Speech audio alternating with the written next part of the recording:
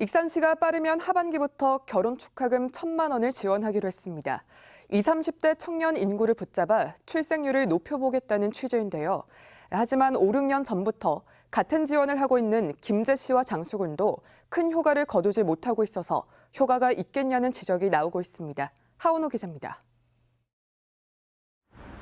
올해 1월 말 기준 익산의 인구는 26만 9,400여 명, 27만 선이 무너졌습니다.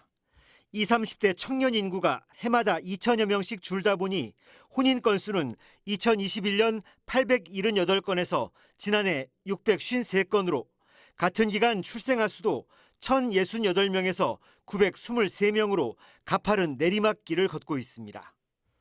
청년 인구를 붙잡기 위해 익산시가 현금 지원 카드를 꺼냈습니다. 빠르면 올해 하반기부터 1년 이상 익산에 주소를 둔 50세 이하 혼인신고자에게 결혼 축하금 1,000만 원을 주겠다는 겁니다. 주택자금 대출 이자도 최대 1,800만 원까지 지원하는데 모든 지원 사업을 더하면 1인당 1억 7천여만 원에 이릅니다. 사회 진출부터 그다음에 취업, 결혼, 출산, 양육에 이르기까지 저희가 다방면으로 지원해서 그 청년들이 머물고 싶은 도시, 활력 넘치는 도시가 될 것으로 기대합니다. 하지만 이 같은 현금성 지원이 과연 효과가 있겠냐는 지적도 여전합니다.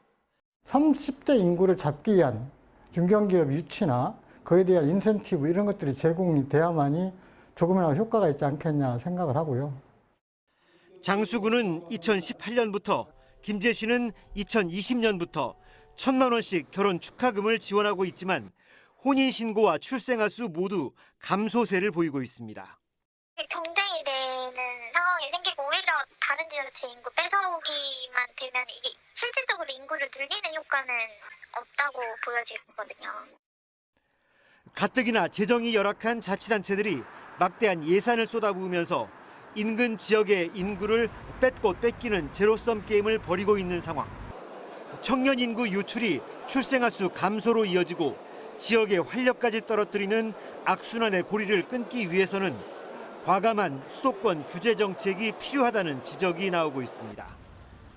JTB 뉴스 하원호입니다.